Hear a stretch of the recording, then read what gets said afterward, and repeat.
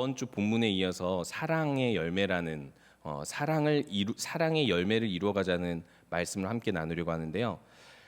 저번 주 우리가 함께 살펴본 말씀이 그거였습니다. 참 포도나무 대신 예수 안에서 우리가 뿌리를 내리고 그 안에 가지가 되어서 예수님 안에 살고 예수님 안에 열매 맺는 삶을 산다면 그것이 헛되지 않을 수 있고, 또 하나님께서 우리를 통하여서 이 수많은 잔가지들을 쳐주시고 또 열매 맺지 못하는 가지들을 쳐주셔서 더 풍성하게 열매 맺는 삶을 살 수 있게 해주신다고 하셨어요. 그러면 우리들은 이 말씀을 들으면서 한 가지 분명하게 열망이 솟아나야 합니다. 그게 무엇이냐면 하나님만이 우리에게 참 열매, 우리 인생에, 우리 삶에 진정한 열매를 주실 수 있고, 또 하나님께서 심으시고 자라게 하시고 열매 맺고자 하는 것을 내가 열매 맺어야 되겠다라는 믿음을, 그 소원을 가져야 된다라는 것입니다.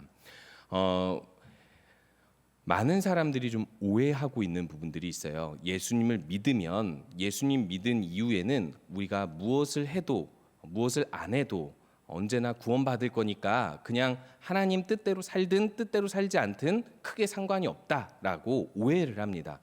맞습니다. 구원의 조건에 우리의 행위가 들어가는 것은 아닙니다. 그런데요, 예수님께서 분명히 이런 말씀하시거든요.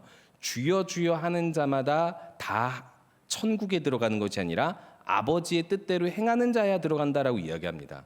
그렇다고 해서 예수님께서 말씀하신 것이 우리가 스스로 하나님의 뜻을 완벽하게 행할 수 있다, 그래야지 구원받을 수 있다라고 이야기한 것이 아니라, 적어도 하나님께서 그 마음속에 믿음을 주셨으면 믿음 때문에 일어나는 어떤 반응, 열매가 있게 되는데, 그것이 가장 1차적으로 우리 마음속에 소원, 열망이 솟아나는 거예요. 나 하나님처럼 하나님께서 가르쳐주신 대로 하나님의 뜻대로 살고 싶다. 왜냐? 난 하나님을 믿으니까, 하나님의 뜻을 믿으니까, 하나님이 완전하고 하나님의 뜻이 완전한 것을 믿으니까 내가 내 계획대로 내 스스로 열매 맺는 삶을 살고자 함이 아니라 하나님께서 열매 맺게 해주시는 삶을 살아야 되겠다라는 그런 마음 속에 열망이 솟아나야 된다라는 것이죠. 그 내용에 이어서 오늘은요, 예수님께서 그 열매 중에서 사랑의 열매를 강조해주고 있는데요. 그래서 서로 사랑하라, 그리고 그 사랑을 이루라라는 말씀으로 오늘 어떤 열매를 맺어야 되는지를 알려주고 계십니다. 보통 우리가 사랑하면 하나님께서 우리에게 주시는 사랑, 하나님은 사랑이시니라 말씀을 많이 떠올릴 겁니다. 만약에 교회를 다니지 않는 사람일지라도 이 하나님은 사랑이시라라는 말씀을 아주 잘 알고 있을 텐데요. 혹시 하나님은 사랑이시라라는 말씀을 들으면 여러분들의 마음속에는, 그리고 머릿속에는 무엇이 떠오르십니까? 하나님은 사랑이시다 하면 어떤 것이 먼저 떠오르시나요? 하나님은 너무 무한하게 사랑하셔서 나의 어떤 것도 용서하실 수 있는 분이야. 혹은 하나님께서 나에게 채워주신, 나에게 따뜻하게 여러 가지 상황들 가운데에서 나와 함께 해주신 그 모든 일들을 떠올리시나요? 아니면 하나님께서 주신 사랑을 내가 열심히 행해야지, 하나님 뜻대로 내가 사랑해야지 라고 마음속에서 그런 마음들을 가지시나요? 하나님은 사랑이시니라 라는 말씀을 가지고 이 교회 바깥에 있는 외부 사람들, 믿음이 없는 사람들에게 질문을 하면 대부분 이 사람들이 가지고 있는 생각은 어떤 생각인지 아십니까? 하나님이 사랑이다라고 이야기한 의미를 다 치워버리고, 예수님께서 어쨌든 목숨을 내어서 인간을 사랑하셨다면 어찌됐든 교회 사람들은, 기독교인들은 하나님처럼 무한히 용서하고 무한히 사랑해야 된다라고 이야기하면서 인간이 가지고 있는 가치관에서의 사랑을 강요하곤 합니다. 그런데요, 우리가 하나님은 사랑이시다 할 때 그 사랑은요, 우리가 생각한, 우리가 이해한 사랑으로 하나님을 끼워 넣는 것이 아니라 반대입니다. 하나님이 사랑을 정의하시고 하나님이 열매 맺고자 하는 사랑을 행해야 된다라고 이야기를 하는 거예요. 그런데 이 사실에 대해서 우리들은 다 잘 알고 있거든요. 그런데 잘 살펴보면 우리는 이렇게 사랑하고 있나 생각을 해봐야 된다는 것입니다. 좀 더 정확하게 표현하면 우리는 하나님께 사랑받기를 원해요. 그런데 우리가 하나님의 사랑을 하기를 원하지는 않을 수도 있다라는 거예요.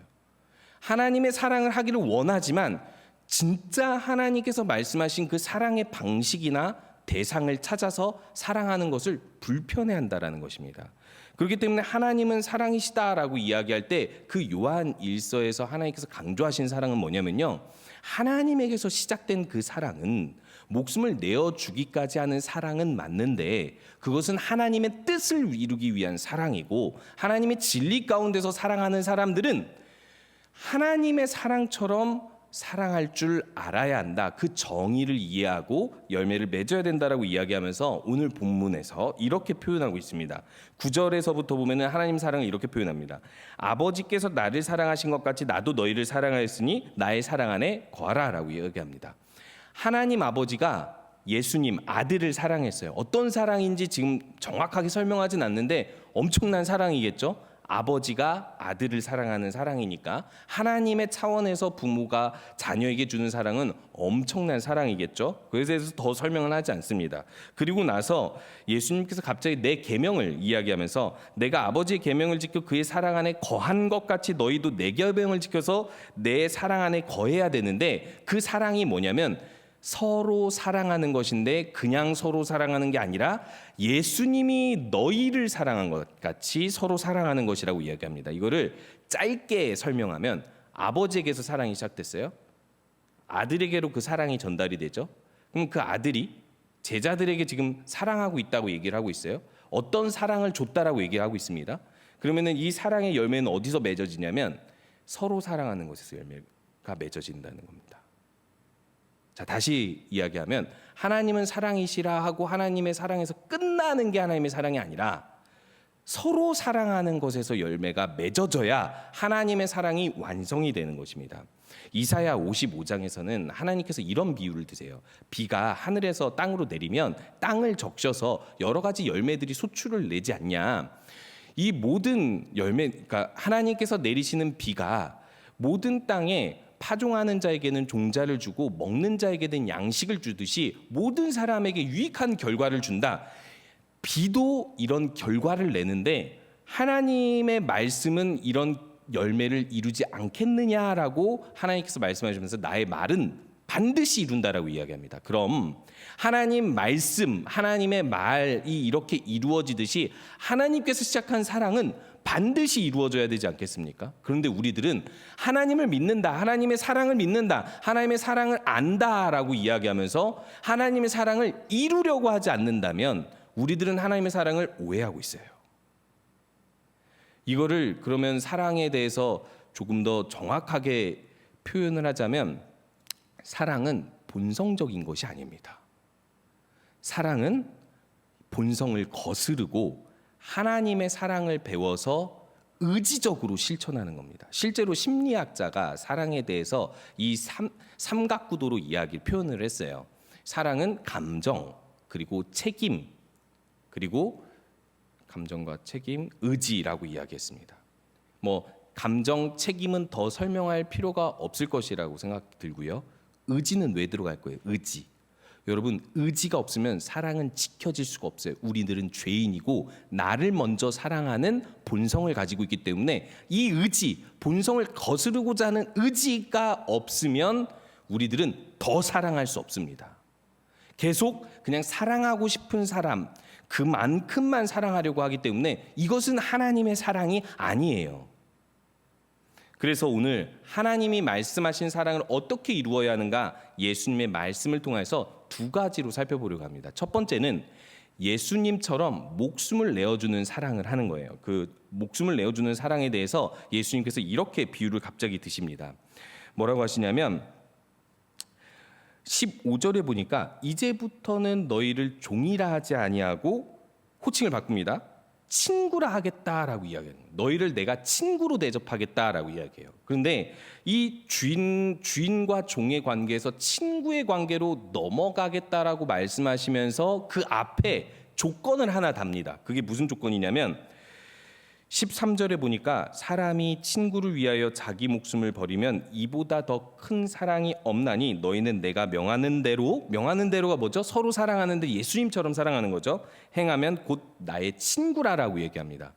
예수님께서 이제는 너희랑 나랑 주인과 종의 관계가 아니라 친구 관계를 맺자라고 이야기하는데 그 친구 관계가 조건이 들어가는데 그게 뭐냐면 너희들이 예수님께서 주신 사람들을 항상 사랑할 수 있는, 목숨을 내어주기까지 사랑할 수 있는 마음을 가지는 거예요.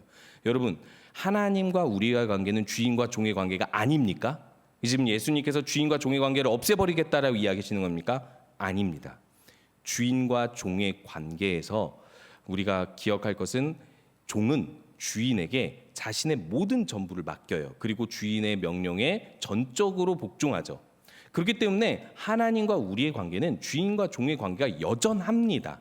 그런데 예수님께서 이 관계에서 가질 수 있는 부정적인 측면을 하나를 설명하시면서 친구 관계로 넘어가시는데 그게 뭐냐면 종은 주인의 말에 절대 복종하고 절대적으로 주인을 자신의 전부로 여기고 따르지만 뭐 하나를 몰라요. 뭘 모르냐면 주인의 마음을 모릅니다.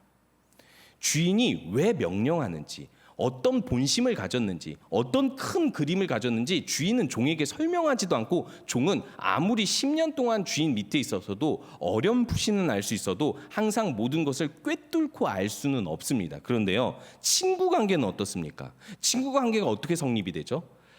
명령을 복종하는 관계가 아니라 오히려 친구 관계는요, 서로의 마음이 같을 때, 뜻이 같을 때, 목적이 같을 때, 같이 즐길 수 있을 때, 같은 마음이 될 때 친구 관계가 형성이 됩니다. 잘 생각해 보시기 바랍니다. 우리가 어렸을 때부터 지금까지 친구 관계를 유지한 사람들의 특징이 무엇이냐면 그냥 그 사람과 내가 같은 상황에서 어려움을 겪어 이겨냈거나 아니면 같은 목적을 가지고 함께 뭔가를 해왔거나 혹은 아직도 그 사람과 동등한 관계에서 같은 마음을 가지고 뭔가를 하고 있기 때문에 친구 관계가 형성이 되는 거예요. 예수님께서는 이 친구 관계로 넘어가려면 무엇이 있어야 되냐면 예수님의 마음이 있어야 된다라고 얘기하는데 그 마음이 무엇이냐면 목숨을 내어주기까지 예수님이 주신 예수님의 사람들을 사랑할 수 있는 것입니다. 그렇다면 예수님의 친구가 되기까지 목숨을 내어주는 사랑을 예수님은 왜 말씀하셨을까요? 지금 이 15장은요, 요한복음이 가지고 있는 이 상황이 있습니다. 요한이 지금 이전에 13장쯤 해서 이렇게 그 제자들에게 설명한 상황이 있죠. 서로의 발을 씻기라라고 이야기합니다. 이것은 두 가지 의미예요. 서로 용서해 주라. 그리고 또 서로를 섬겨주라, 낮은 마음으로. 그런데 그 이유가 뭐냐면 예수님께서 예루살렘으로 마지막으로 올라가시는 그때가 되니까 사람들에게 예수님의 지지와 인기가 엄청나게 늘었습니다. 그러니까 쉽게 말해서 예수님께서 권위를 가지고자 하지 않으셨는데 많은 사람들이 예수님에게 권위를 내줬어요. 뭘 하고 내주냐면 이 사람은 하나님이 보내신 아들이고 메시아이기 때문에 이 사람을 통해서 우리가 지금 로마의 지배권에서 벗어날 수 있고 정치적으로 군사적으로 예전의 다윗 왕보다 더 훌륭한 혁명을 일으켜 줄 것이다. 자, 그러면 이 제자들이 가질 수 있는 소망, 이 욕심은 무엇이죠? 뭐냐면 그러면 우리 예수님이 왕이 되는 순간 우리 서열도 정해야 되지 않겠냐? 그러면은 누가 먼저 예수님을 따랐냐, 누가 더 예수님을 잘 따르냐, 누가 더 예수님께 인정받냐, 자기들끼리 싸우기 시작한 거예요. 떡 줄 사람은 생각도 안 하는데 이 제자들은 이 욕망에 사로잡혀서 이 제자들이 싸우는 중에 예수님께서 말씀하실 뿐만 아니라 심지어 제자들 중 한 어머니가 찾아와서 내 아들 중 한 사람은 오른편에 한 사람은 왼편에 앉혀달라고 부탁하기까지 해서 또 싸웁니다. 그러니까 예수님께서는 지금 십자가에 못 박혀서 죽으시고 그 피값으로 우리를 살리려고 하시는데 제자들의 목표, 제자들의 마음은 마치 주인과 종의 관계처럼 아무것도 모르고 있는 거예요. 예수님을 따르고는 있는데 예수님 명령에 복종하면서 따라가고는 있는데 왜 예루살렘에 들어가고 있는지, 왜 예수님이 이 말씀하시는지를 모르는 거예요.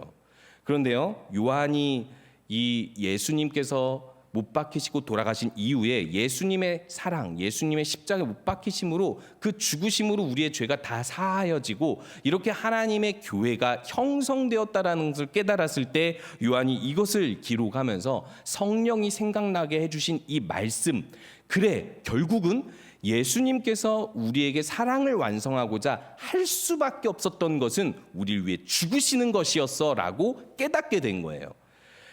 이 제자들은요, 예수님이 죽지 않고도, 하나님의 아들이 죽지 않고도 하나님의 나라가 완성된다고 착각한 겁니다. 많은 유대인들, 이스라엘 사람들의 해석이 그랬다는 거예요. 그 당시에 하나님은 죽음 없이도, 희생 없이도 하나님의 나라를 완성할 수 있는 강력한 분이야, 전능한 분이야. 그러니까 우리들은 그 하나님의 나라가 이루어질 때 얻을 콩고물이나 얻어가면 돼 라고 생각을 했다라는 거예요. 그런데 반대로 예수님께서 바라보고 계시고 있는 이상은 뭐냐면 이들을 위해 죽는 겁니다. 자신들을 욕하고 비난하는 사람들을 위해 십자가에 못 박혀 힘없이 돌아가시는 거예요. 힘없이 돌아가심으로 인하여서 이들에게 하나님의 사랑을 알려주려고 하신 거예요. 그렇기 때문에 예수님께서는요, 이 목숨을 다하기까지 하는 사람이 된다면 내 친구가 될 수 있을 것이다. 내 마음을 알게 된 내 친구가 될 수 있을 것이다 라고 이야기하면서 신자들의 하나님의 사랑을 이해하는 그 사랑이 무엇인지를 여기서 이렇게 이야기해 주고 있습니다. 예수님의 마음과도 같이 목숨을 내어주고 사랑해 주는 것입니다. 여러분들이 사랑하고 있는 사람들에게 목숨을 내어주기까지 사랑하십니까? 아마도 이제 이청에서 이제 소그룹 나눔을 하면서 교리 문답 나눔을 하다 보면은 이제 이 질문을 거쳐갔을 텐데요. 하나님을 목숨을 다해 힘을 다해 마음을 다해 사랑하는 것도 어렵고, 그리고 내 이웃을 내 몸과 같이 사랑하는 것도 어려운데, 내가 사랑하는 사람들 가운데에서 그 사람들을 위해서 목숨을 다하기까지 사랑한다? 사실 이것이 상당히 어렵다고 생각할 수 있습니다. 그런데요, 어려운데 하나님은 왜 말씀을 주셨을까요? 전혀 못할 게 아니라는 거예요. 어렵고 완성은 아니어도 우리들이 하나님께서 주신 그 사랑을 경험하고 실천할 때 어찌됐든 우리가 100, 1000, 10,000 명을 사랑할 수는 없을지라도 우리가 믿음으로 사랑하는 그 과정 가운데 열매를 주시고자 함이에요. 어차피 우리는 예수님처럼 사랑 못해, 포기하자, 이렇게 하라고 사랑의 본을 보여주신 것이 아니라는 것입니다. 그렇다면 이 목숨을 내어주는 사랑은 정확히 무엇일까요? 혹시 상상해 보셨습니까? 실천해 보셨습니까? 목숨을 내어주는 사랑? 지금 당장 그 사람을 위해서 내 목숨을 내어줄 수는 없잖아요. 그럴 필요는 없잖아요. 그런 상황도 아니고. 그래서 저도 이렇게 딱 두 가지로 예를 들어봤습니다. 첫 번째, 우리가 만약에 누군가와 갈등이 있어서 그 사람을 사랑할 수 없게 되면 보통 그 갈등이 어떻게 이루어지죠? 그 갈등은 항상 작은 사소한 문제가 쌓입니다. 그리고 그걸요, 크게 해석해요. 그냥 저 사람은 나에게 새우깡을 안 줬을 뿐인데, 꿀까베기를 안 줬을 뿐이고, 저 사람은 나에게 한 번 인사를 안 했을 뿐인데 크게 해석합니다. 저 사람은 날 무시해. 그리고 나서부터 갈등이 시작됩니다. 너 왜 나 무시해? 라고 얘기하면 차라리 싸우고 빨리 화해할 수 있겠지만 그게 아니죠. 보통의 사람들은 작은 문제를 가지고 자꾸 그것을 집요하게 파고들어서 갈등을 해요. 그러면서 저는 이런 생각이 들더라고요. 보통의 사람들은 목숨 걸고 사랑하지 못하는 상황이 목숨 걸고 싸울 때예요. 뭔가 나에게 중요한 것이 있어서 그걸 목숨 걸고 싸워요. 사소한 문제든 큰 문제든 간에 목숨 걸고 싸우는 일 때문에 우리들은 목숨을 내어주는 사랑을 하지 못한다라는 것입니다. 가정에서 한번 생각해 보시기 바랍니다. 사랑하는 가족들임에도 불구하고 왜 우리가 서로가 불편해지고 갈등이 생기고 사랑하기 힘들어지는지, 그 이유가 뭐냐면 목숨 걸고 싸울 일이 아닌데 목숨 걸고 싸우기 때문이에요. 그러면은 반대로 어떻게 하면 되냐면, 이게 본성적으로 그냥 내가 마음이 간다고 해서 그거를 목숨 걸고 싸우려고 하지 말고 그냥 내 목숨을 내어준다고 생각하고 들어주면 됩니다. 싸운다는 게 어디서부터 시작해요? 표현하면서 시작되잖아요. 말하고 뭔가 이렇게 언성이 높아지고 목소리가 커지고 그러면서 표정이 사나워지는 표현에서부터 시작하잖아요. 그냥 들어요. 목숨을 내어준다라는 것은 일단 먼저 내 입을 닫고 내 모든 표현을 다 자제하고 듣기 시작합니다. 마치 내 목숨을 내어주듯이. 그렇게 시작을 하면 그 사람의 마음을 알게 되고 그 사람을 사랑할 수 있는 길이 열리게 되죠. 이 두 번째로 또 한 경우가 있죠. 그게 뭐냐면 목숨을 내어주며 사랑한다라는 것은 꼭 갈등이 없어도요, 무관심한 대상 혹은 관심이 그렇게 많지 않은 대상에게도 적용이 되는데, 그게 뭐냐면 그 사람이 위기를 당할 때 함께 해주는 거예요. 사실 이게 쉬운 것 같지만 상당히 어려운 거거든요. 왜 어려운 거죠? 내가 평소에 사랑하는 사람이면, 내가 평소에 가까운 사람이면, 나에게 은혜를 베푼 사람이면 이거 쉽죠. 근데 이건 하나님 사랑이 아니라고 말하기는 어렵지만 거의 누구나 할 수 있는 사랑이지 않습니까? 근데 하나님께서 우리에게 명하신 사랑은 뭐냐면, 이 위기, 목숨까지는 아니더라도 어떤 인생의 위기를 당한 사람들의 곁에 함께 해주고 위로해주고 그들과 함께 환난을 당해줄 수 있고 기도해줄 수 있는 상태까지 나아가는 것이 목숨을 내어주며 사랑하는 것이라고 이야기하고 있습니다. 그런데요, 우리가 여기서 그러면 목숨을 내어주는 사랑을 누구에게까지 해야 하는가를 생각해 봐야 됩니다. 그게 두 번째로 예수님께서 16절에서 이렇게 말씀하고 있습니다. 너희가 나를 택한 것이 아니요 내가 너희를 택하여 세웠나니 이는 너희로 가서 열매를 맺게 하고 또 너희 열매가 항상 있게 하여 내 이름으로 아버지께 무엇을 구하든지 다 받게 하려 함이라 라고 이야기하고 있습니다. 이 열매를 더 풍성하게 맺게 하려는데 예수님이 어떤 시각의 변화를 주시냐면, 우리가 선택해서 사랑하는 것은 하나님의 사랑이 아니라 예수님이 선택한 사람들을 사랑하는 것이다 라고 이야기해요. 쉽게 말하면 내가 선택해서 사랑하려고 하지 말고 하나님이 선택한 사람들을 사랑하려고 해야 된다라는 겁니다. 우리들이 잘 생각해 보면 우리들이 이미 사랑하고 있거나 사랑하고 싶거나 사랑해야 된다고 생각하는 사람들은 그 범위가 상당히 좁습니다. 심지어 우리 청년부가 이 재적으로는 100명이 넘고요. 일단 출석으로는 40명에서 50명 정도 되는데, 이 청년부 출석하는 사람끼리만으로도 우리가 이 목숨을 내어주는 사랑을 하기가 사실 쉽지 않죠. 그런데 우리들은요, 이 사실을 간과하고 있습니다. 사랑하기 쉽지 않은 것과 사랑하려고 하지 않는 것은 다르다는 것. 우리가 하나님의 사랑을 배웠다면 더 사랑하려고 해야 합니다. 그 범위를 더 넓혀가야 되는데 하나님의 선택받은 모든 사람들을 사랑해야 된다는 거예요. 그래서 누가복음 6장 32절에서는 예수님께서 이렇게 말씀하십니다. 너희가 만일 너희를 사랑하는 자만을 사랑하면 칭찬받을 것이 무엇이냐? 죄인들도 사랑하는 자는 사랑하느니라. 이게 무슨 뜻이냐면요, 이 당시에 저 사람들은 하나님의 사랑을 받지 못한 사람들이야 라고 평가받을 만한 죄인들이 있었습니다. 그 죄인들에 대해서 이들은 하나님의 사랑을 전혀 모르는 사람들이라고 여겨왔던 사람들인데, 이렇게 평가를 하는 거예요. 예수님이 너희들이 만약에 너희들이 사랑하고 싶은 사람, 사랑할 수 있는 사람만 사랑하면 그건 너희들이 비판하는 그 죄인들이랑 똑같은 거야 라고 이야기하고, 이 죄인들에 또 하나 포함되는 게 뭐냐면 이방인들입니다. 이스라엘 사람들이 전혀 신자라고 쳐줄 수 없는 이방인들, 하나님 모르는 사람들, 이 사람들도 죄인들에 포함된다면 이렇게 되는 거예요. 하나님을 모르는 사람도 사랑할 수 있는 정도를 너희가 사랑해 놓고서는 그걸 하나님의 사랑이라고 하니? 만약에 우리 교회가, 우리 청년부가 하나님의 사랑이 있는 청년부라면, 하나님은 사랑이시니라를 열매를 맺을 수 있는 청년부라면 더 사랑하게 될 겁니다. 어제보다는 오늘 더 사랑하게 될 거예요. 누군가를 위해서 함께 해줄 수 있고 목숨 걸고 싸울 주제를 그냥 목숨을 내어주고 들어주기까지 하고, 그리고 내가 사랑할 수 없거나 사랑하기 싫거나 사랑하지 못하고 오히려 미워했던 사람마저도 용서하며 더 사랑하게 될 거예요. 관심 없는 사람도 관심을 가지게 될 것입니다.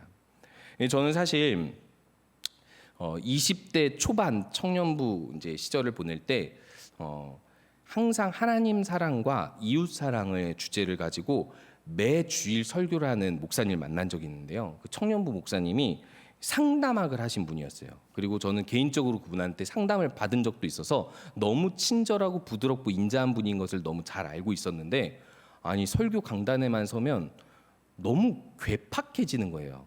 그럼 마치 우리가 전혀 사랑을 하지 않고 있는 사람인 것처럼, 그리고 사랑을 안 하면 너희들 싹 다 혼날 줄 알아라고 하는 것처럼 엄청나게 난폭하게 설교를 하시는 거예요. 그래서 실제로요, 이 소그룹 모임, 조모임이라고 하죠. 거의 모임을 딱 가면 막 어떤 사람들은 화를 내면서 왜 우리한테 설교 시간에 화를 내냐, 막 이런 식으로 받아들이더라고요. 근데 그 목사님은 뭘 보셨냐면, 그 목사님한테 직접 들은 얘기는 아니지만 그 청년부를 제가 지나오면서 알게 된 것인데, 무엇이냐면 이 청년부 안에 있는 끼리끼리, 어디서나 있죠. 어느 교회나 가도 끼리끼리가 형성이 되어 있습니다. 이거를 끊어버려야지. 이 줄기를 끊어버리고 누구라도 새로운 사람, 그리고 또 관심 없는 사람, 사랑하기 어려운 사람을 사랑하려고 해야지 이 청년부가 전체적으로 하나 될 수 있고, 새신자들도 함께 이 청년부 안에 잘 융합될 수 있다고 생각하신 것 같아요.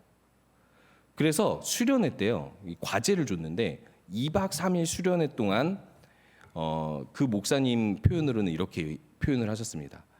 내 눈에서 친한 사람끼리 예배 시간에 앉았으면 다 찢어 놓을 거야, 이랬어요. 다 찢어 놓을 거야, 예배 시간에. 그렇게 하셨는데 그렇게 하진 않으셨어요. 그런데 그렇게 선포를 하시더라고요. 그리고 나서 제가 그 수련회 2박 3일 동안 제가 그 말씀을 듣고 실천해야 되겠다고 생각해서 내가 안 친한 사람들만 계속 찾아가서 점심 식사, 저녁 식사 같이 먹고, 수련회 기간이니까요. 그리고 그 사람들이랑 남는 시간에 계속 대화를 하려고 했습니다. 제가 그때 거의 막내였음에도 불구하고 형들, 누나들 찾아가면서 내가 사랑하지 못한 사람들에게까지 내가 사랑할 수 있어야 되겠다라고 실천을 해봤더니 진짜 신기한 게 뭐냐면, 제가 사랑할 수 있는 대상이 확대가 되고 제가 남을 사랑할 수 있는 그 이해 폭이 넓어지더라고요. 그렇게 살기 시작하면서부터 더 많은 사람을 사랑할 수 있게 됐다고 자부합니다. 물론 완벽하진 않아요. 저도 완벽하게 사랑하지 못하고요. 누군가에게 비난을 받거나 누군가에게 꾸짖음을 들으면 사실 마음속이 불편하고 당분간은 그 사람을 사랑하기가 어렵습니다. 그리고 또 저도요, 성향이란 게 있잖아요. 여러분들 MBTI 성향인 것처럼, 많이 말씀하시는 것처럼 저도 성향이 있습니다. 그래서 누군가를 보면 이 사람이랑 친해지고 싶다가 있고, 이 사람은 친해지기 어렵겠다 판단하는 사람들이 있어요. 그럼에도 불구하고 내 마음속에 하나님이 선택하신 자들을 사랑해야 되겠다라는 마음이 매일 그 의지가 불타오르면 더 사랑할 수 있게 되더라고요. 하나님께서 우리에게 주시는 열매가 무엇이겠습니까? 사랑으로 열매 맺는 것입니다. 기독교 사역에서 사랑 빼고 열매를 이룰 수 있는 사역이 있습니까? 없습니까? 전혀 없습니다. 사랑 없이 할 수 있는 기독교 사역은 한 개도 없어요. 오로지 사랑으로만 이루어집니다. 근데 그 사랑이 어디서부터 시작되어야 된다고 생각을 하십니까? 함께 예배하고 함께 하나님께서 선택하여 묶어두신 이 청년 공동체에서 시작되지 않겠습니까? 그러면 우리 수련회 가서 사랑합시다. 네, 수련회 가자고 잠깐 광고한 거예요. 마지막으로 이 부분에 대해서 우리가 함께 좀 살펴보았으면 하는 부분이 있는데요. 그게 뭐냐면요, 하나님의 작정과 우리의 자유 의지예요.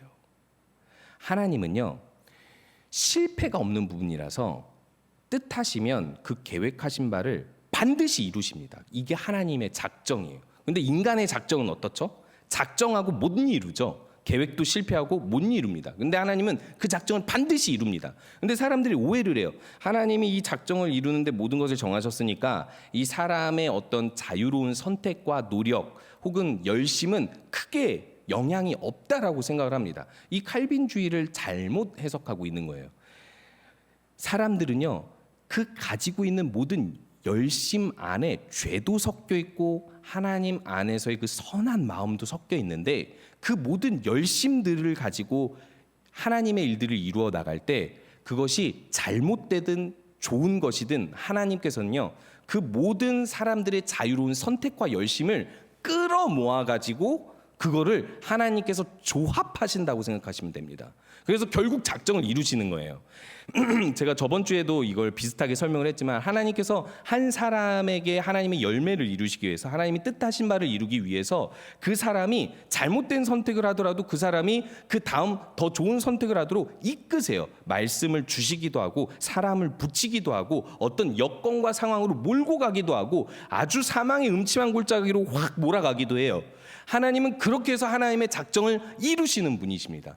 다윗이 어떻게 왕이 되었는지 사무엘상 하 여러분들이 살펴보셨다면 알 수 있을 거예요. 쉽게 왕이 되지 않았어요. 골리앗을 때려 눕혔다고 해서 바로 왕이 되지 않았습니다. 기름 부음 받았는데 이 다윗의 여러 번의 실패와 여러 번의 하나님을 향한 열심과 그 모든 선택과 자유의지가 하나님의 작정을 이루어간 거예요. 그러면 우리 입장에서는요, 하나님이 이런 작정을 하셨으니까 하나님 알아서 하세요, 이런 태도로는 살아가면 안 되는 거예요. 어떻게든 씨를 뿌려야 하나님이 열매를 맺게 해주시겠지라고 마음속으로 의지를 불태워야 한다라는 것입니다. 그렇기 때문에 우리가 사랑을 이루려면요, 사랑하려고 해야 됩니다.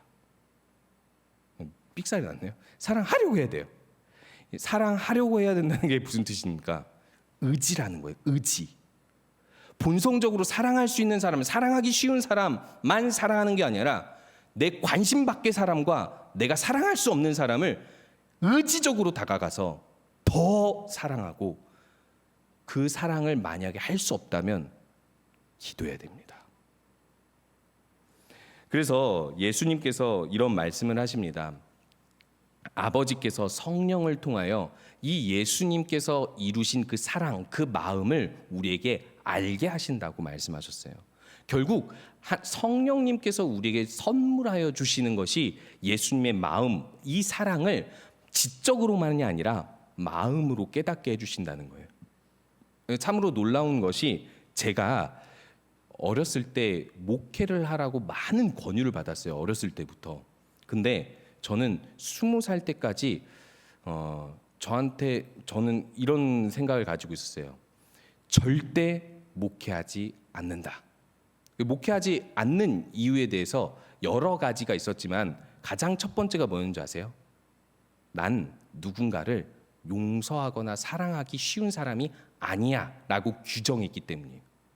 근데 저는 반대로 생각을 하면, 이 중등부 시절의 전도사님을 보고 하나님이 살아 계신다면, 하나님의 사역을 하는 사람이라면 사랑을 많이 할 수 있는 사람이 사역을 해야 된다고 생각을 했어요. 그래서 오히려 제 마음속에 뭐라고 생각했냐면, 난 절대 목회 못하고 안 해였어요. 그런데요, 하나님의 사랑을 20살에 극적으로 깨닫고 그 은혜를 깨닫고 나니까 저에게 이런 질문이 나타나더라고요. 왜 못하지? 할 수 있겠는데? 그리고 나서 이 사역지에 뛰어들고 벌써 20년이 지났습니다. 사랑하기 어려운, 사랑할 수 없는, 정말 미운 사람들 너무나도 많이 봤거든요. 그런데요, 다 사랑할 수 있어요. 다 사랑할 수 있고 사랑할 수 없는 사람 없습니다.